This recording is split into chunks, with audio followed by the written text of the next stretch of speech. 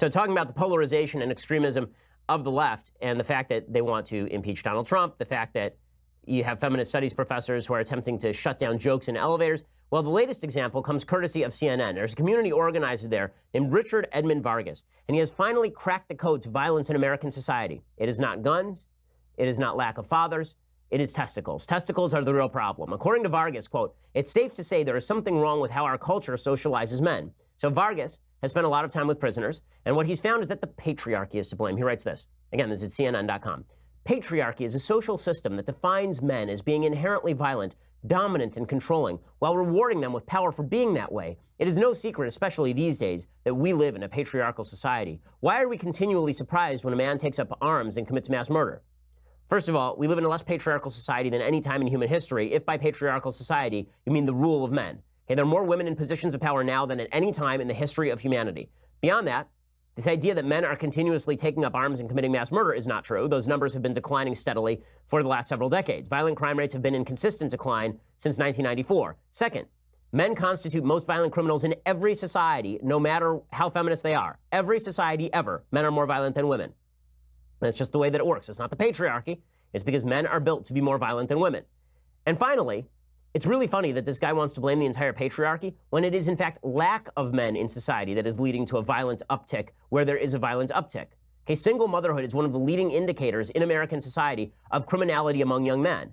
It's very weird that Vargas is willing to blame a culture of American patriarchalism at large for violence, rather than looking at specific cultures that have a violence problem and saying, okay, what do all of these things have in common? It has nothing to do with race. There are violent white cultures, there are violent black cultures, there are violent Hispanic cultures. One of the things that they have in common is lack of men in the community teaching boys that they are safe, that they don't need to react violently, and that it is in fact bad to react violently. Instead, Vargas blames cartoons, video games, and contemporary politicians, which is just idiotic. Okay, cartoons have been around since the 1940s, 1930s. They've always been violent. They're less violent now than at any time, probably in the history of cartoons. Watch cartoons now, really. They're a lot less violent than they were even in Tom and Jerry's day.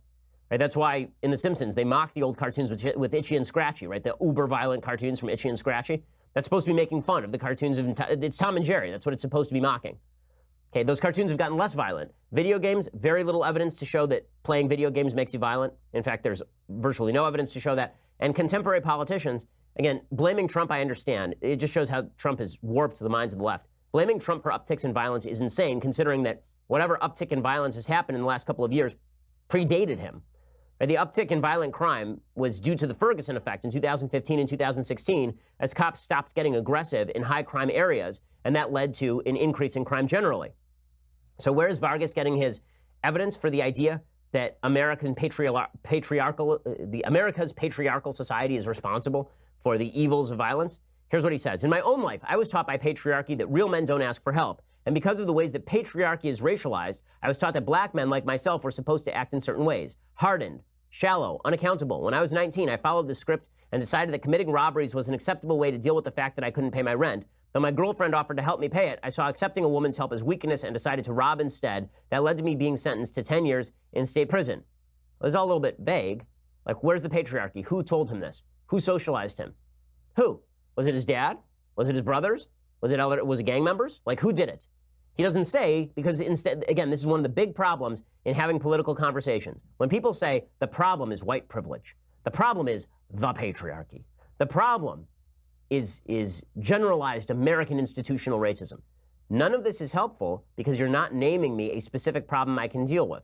It's like me saying the problem is society. What the hell am I supposed to do about society?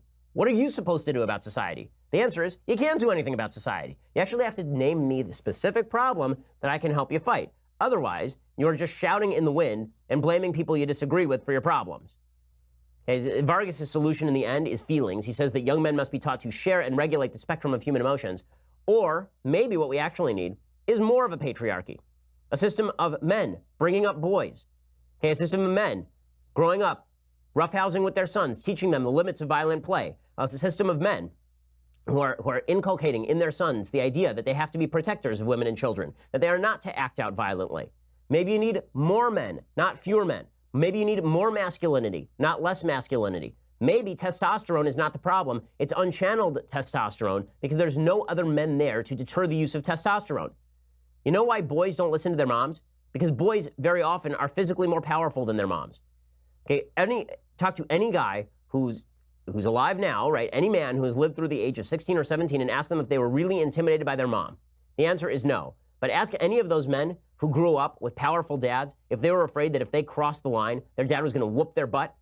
The answer is yes. The answer is yes. That was always a deterrent. You need a system of men. In fact, it's not even having a father in the home, it turns out. That's the most important thing. It's having a lot of men in the community at large. There's that study that I talked about a few weeks ago from Harvard, in which they looked at violent crime statistics, and what they found is that the leading indicator of depressing violent crime wasn't actually having a father in the home. It was having lots of fathers in the neighborhood. It was having an entire system of men. So getting rid of the men isn't the solution. And feminizing men isn't the solution either. The answer is channeling masculinity in a positive way that matters. Channeling masculinity in a special, positive way, and you need men to do that.